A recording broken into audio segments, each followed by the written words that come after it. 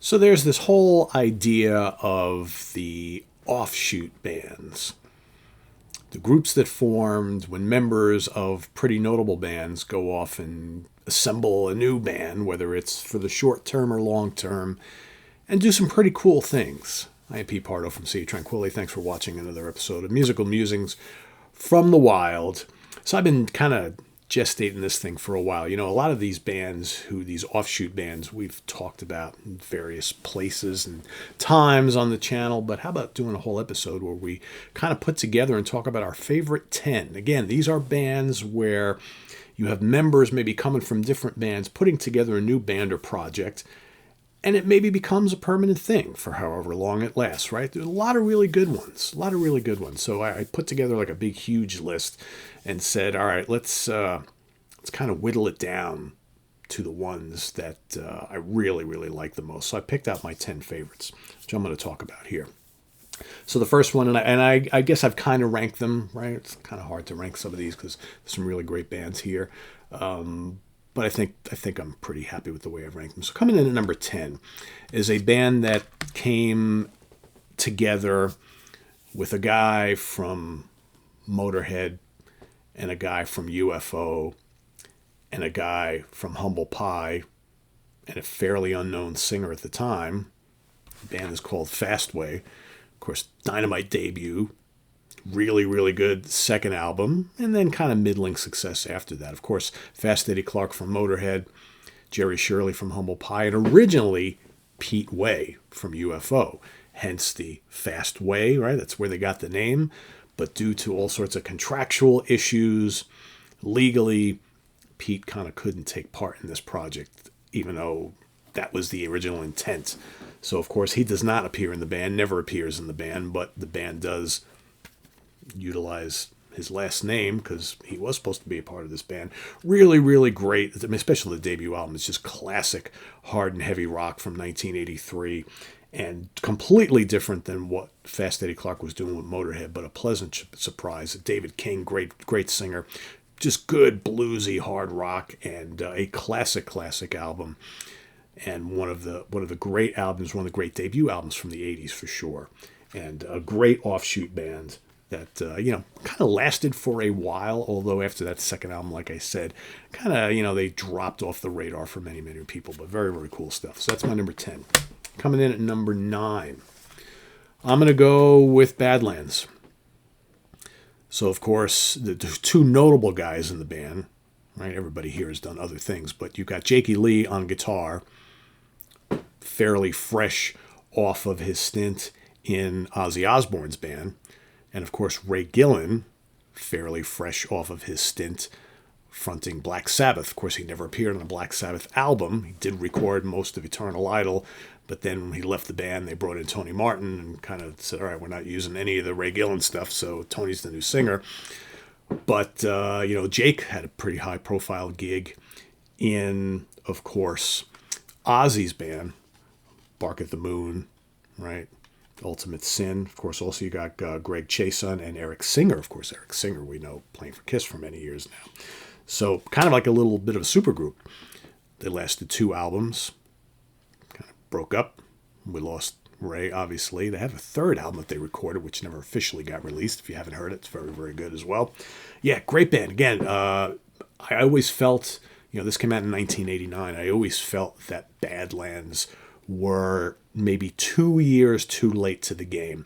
I think if this album would have come out in like 1987, would have done really, really big business because it's kind of taken that whole, very similar approach to think of the Whitesnake 87 album, right? Very muscular, guitar heavy, bluesy, hard rock. It's not quite hair metal, right? Although they kind of got lumped into that category. It's not that really at all. Great musicianship, amazing vocals from Ray Gillen, and really, really great songs. Second album is really great too, and then the band is gone. But great offshoot band, one of my favorites. And again, I think out of a lot of these bands, some who made it pretty big and some who didn't, I think Badlands should have been enormous. Didn't quite happen.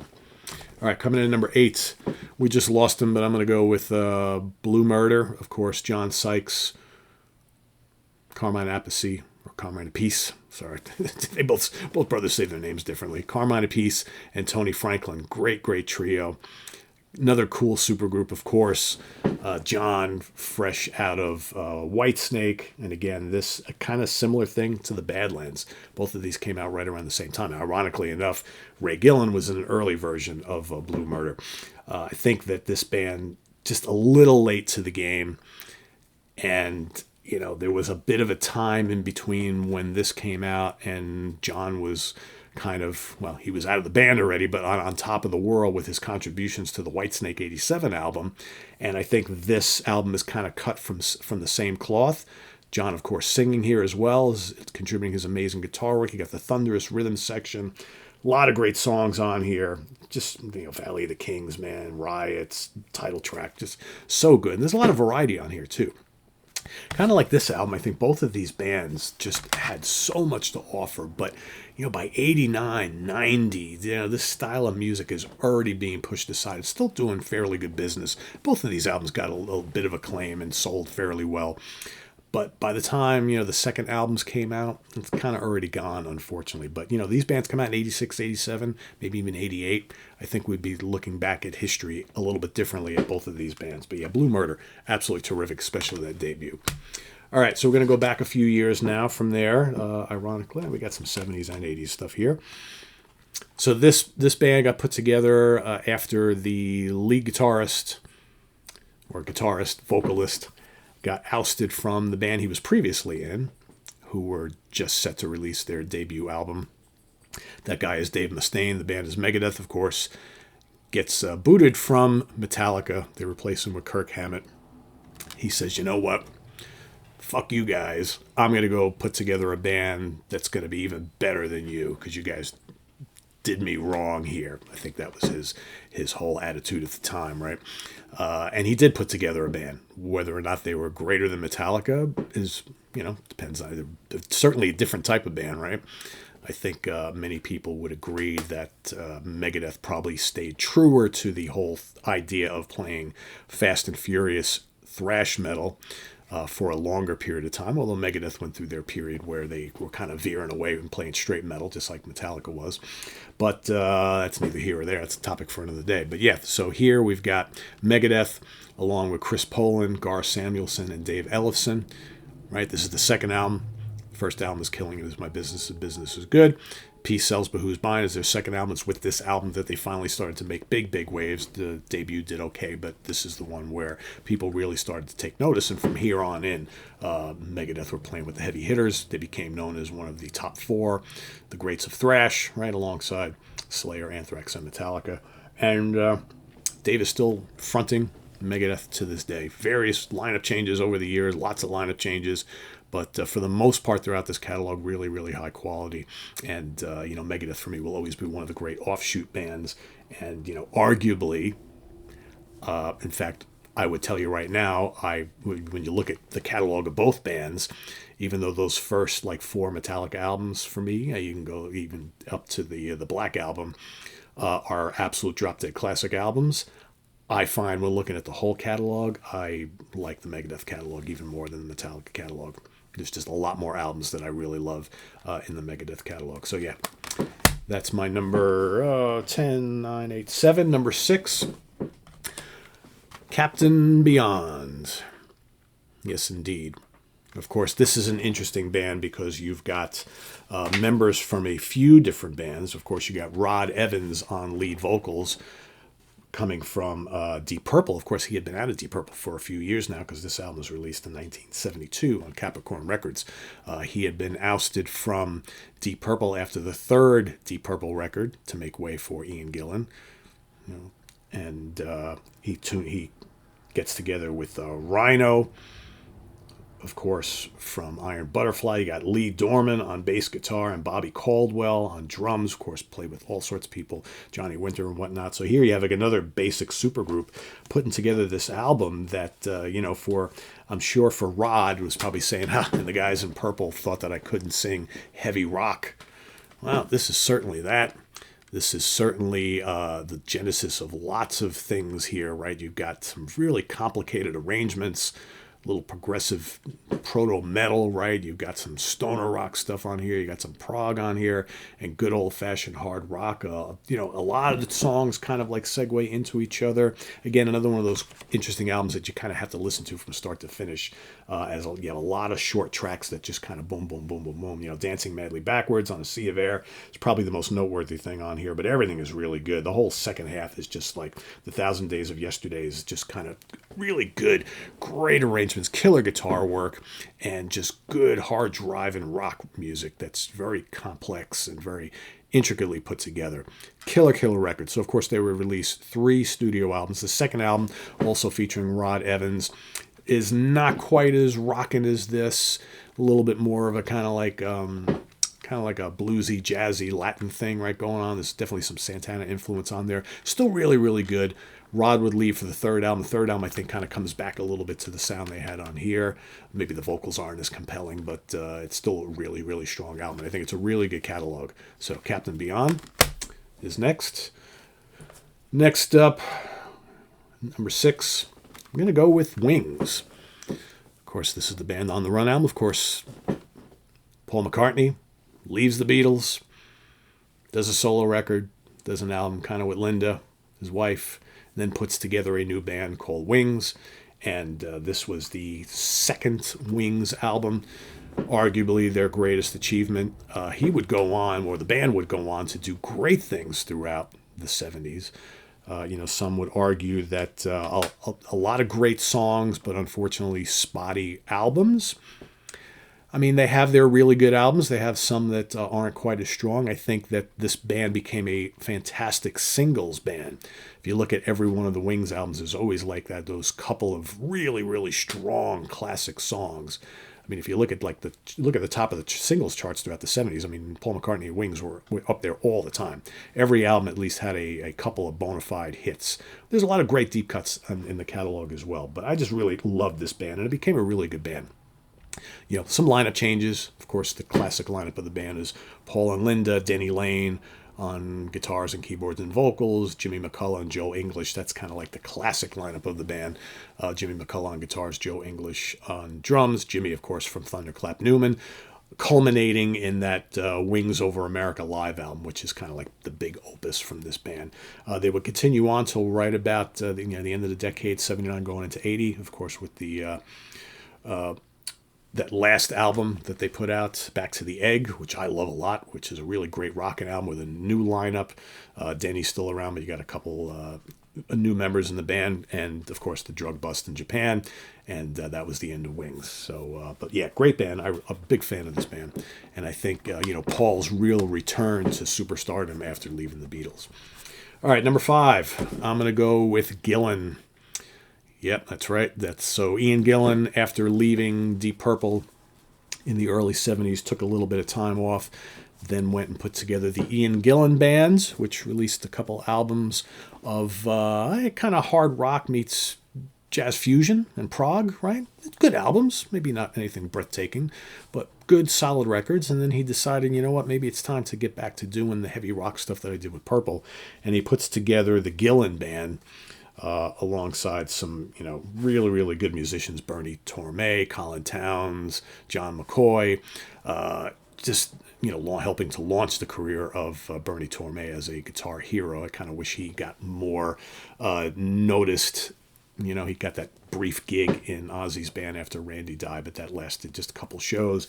And I always thought that Bernie Torme should have been a bigger star than he was. And I think it has a lot to do with the fact that this band didn't really break here in America. Fairly big over in the UK and Japan, but not really all that much here. But of course, the Gillan Band released a handful of really great hard rock, heavy rock albums. Mr. Universe is my personal favorite. That's the one where I picked here. Just terrific stuff. If you never listened to the Gillan Band, you should. All the albums are really strong. And of course, he went and joined Black Sabbath, and that was the end of the Gillan Band. And then after that, he rejoined the reformed Deep Purple, and there was no more Gillan Band, certainly after that. But yeah, great band that I think deserve more success than they got, and especially for folks here in the U.S. If you've never listened to Gillan, absolutely recommend it. All right, number 4. Again, another instance of a guy leaving a band, putting together his own band. I always thought that a lot of people may call this kind of like his solo band, and that is absolutely true because there's been lots of lineups, but almost, throughout the career that this guy has done with this band, he puts together great lineups of musicians and vocalists and has delivered lots of quality throughout it. I'm talking about the Michael Schenker Group. Of course, Michael, fresh off his stint in UFO, where they released a couple of classic records together. Before that, he was in the Scorpions. He would go back to the Scorpions after leaving UFO right before doing this for a brief time, working on 2 albums with his brother and the Scorpions, and then, of course, putting together the Michael Schenker Group here. And, with this particular debut album, you've got Simon Phillips on drums and...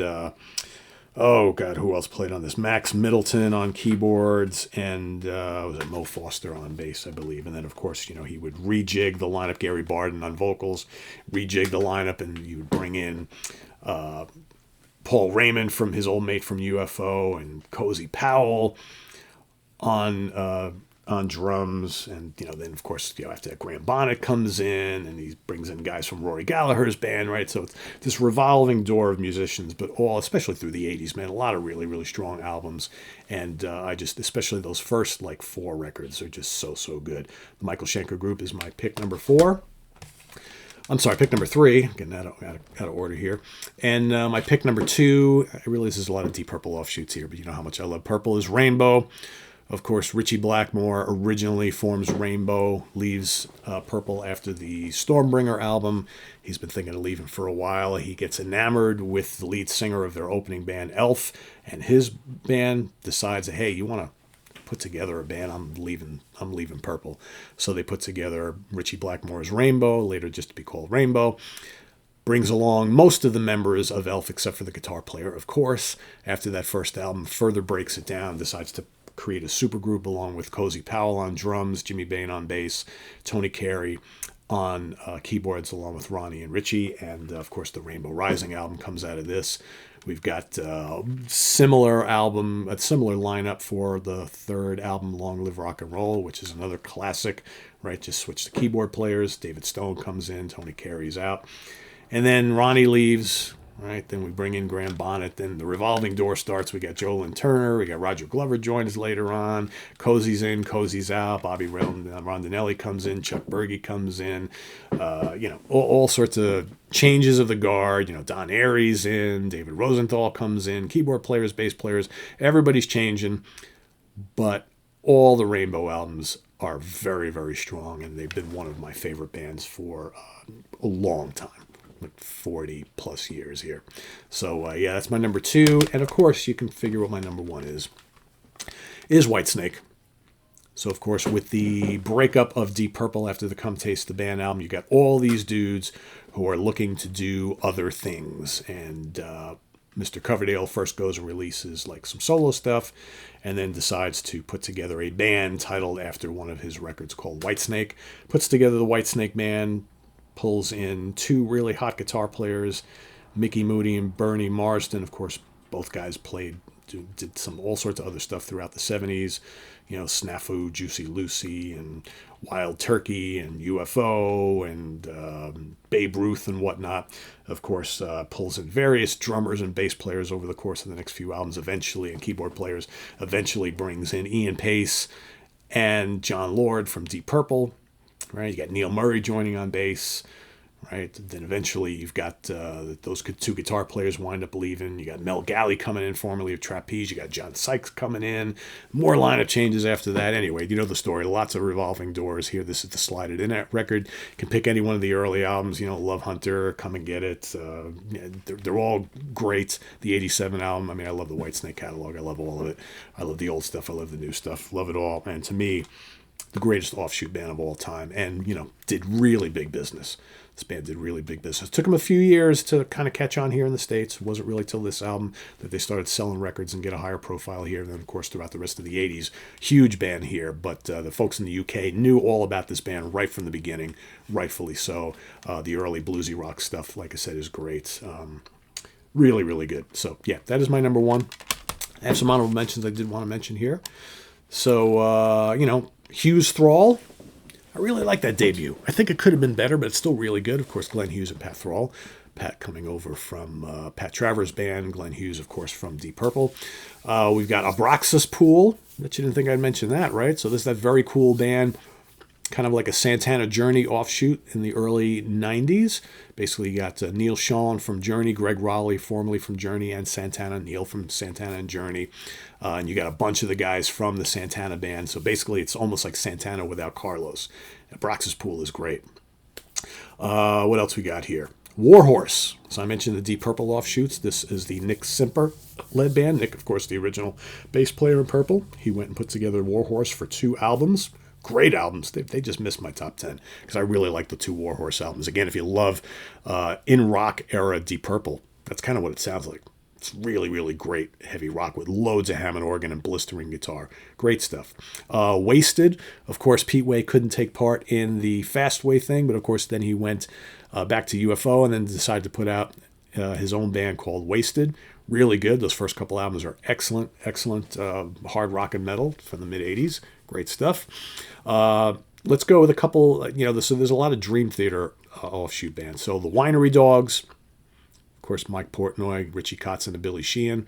Terrific, terrific band there. More of like a hard rock band. There's Transatlantic, which has, Portnoy on drums. You got Roy Stahl from the Flower Kings, Neil Morse from Spock's Beard, Pete Ruavis from Marillion.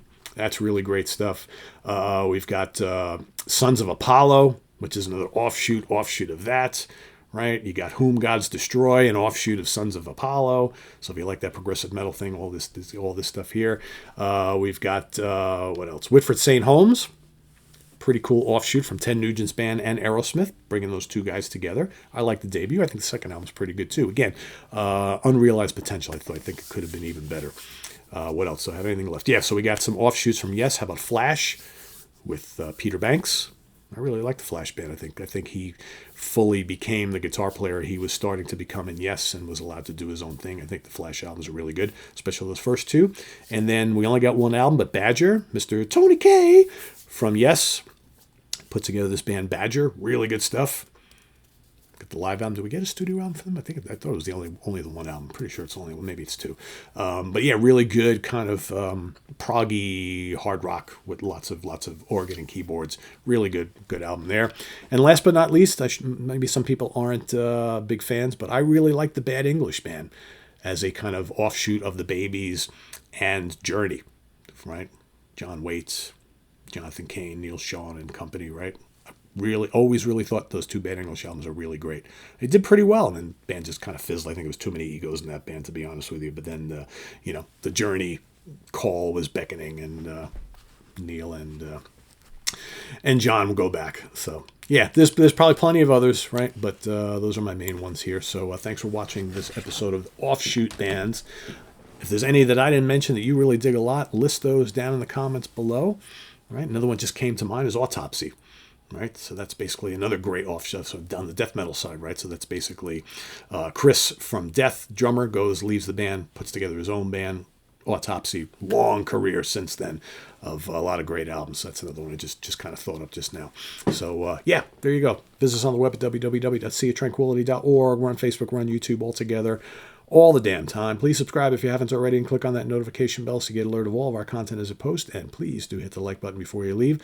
Also down below we got the links to our Ko-Fi page for channel donations, our merch page, our Cameo page, and the Sea of Tranquility membership options, all listed down below. Thank you in advance for those of you who support the channel. And we'll see you soon here with more stuff. I'm Pete Pardo. Thanks for watching, everybody.